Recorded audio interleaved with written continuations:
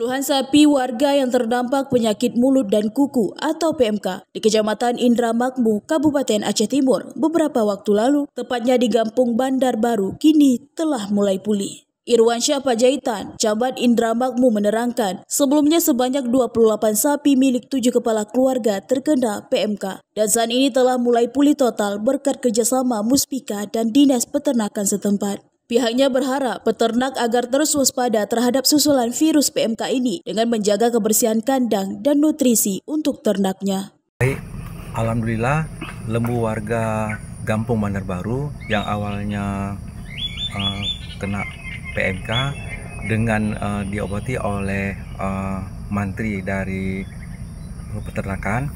Alhamdulillah lembu tersebut sekarang sudah sembuh dan juga sudah bisa dikeluarkan dari kandangnya sehingga dapatlah makan rumput.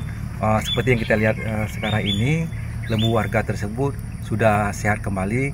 Juga kami menghimbau kepada warga yang beternak lembu dan juga kambing untuk lembunya tersebut agar diikat dan juga kandangnya dibersihkan sehingga tidak lagi ada penyakit atau bakteri-bakteri sehingga lembu tersebut akan kena sakit PMK atau lainnya.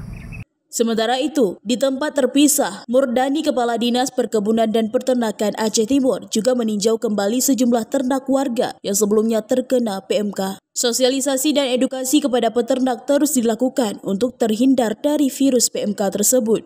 Baik, pada hari ini kita juga mengecek kembali terhadap hewan-hewan yang telah dilakukan vaksinasi dan alhamdulillah kita lihat kondisinya 90% sudah membaik dan harapan kita tentunya kasus PMK ini bisa hilang di Kabupaten Aceh Timur. Sebelumnya Aceh Timur terjangkit virus PMK sebanyak 1.132 ekor sapi warga dan saat ini telah mulai pulih secara berangsuran hingga mencapai 90%. Dari Kabupaten Aceh Timur, Romi Syaputra melaporkan untuk Puja TV.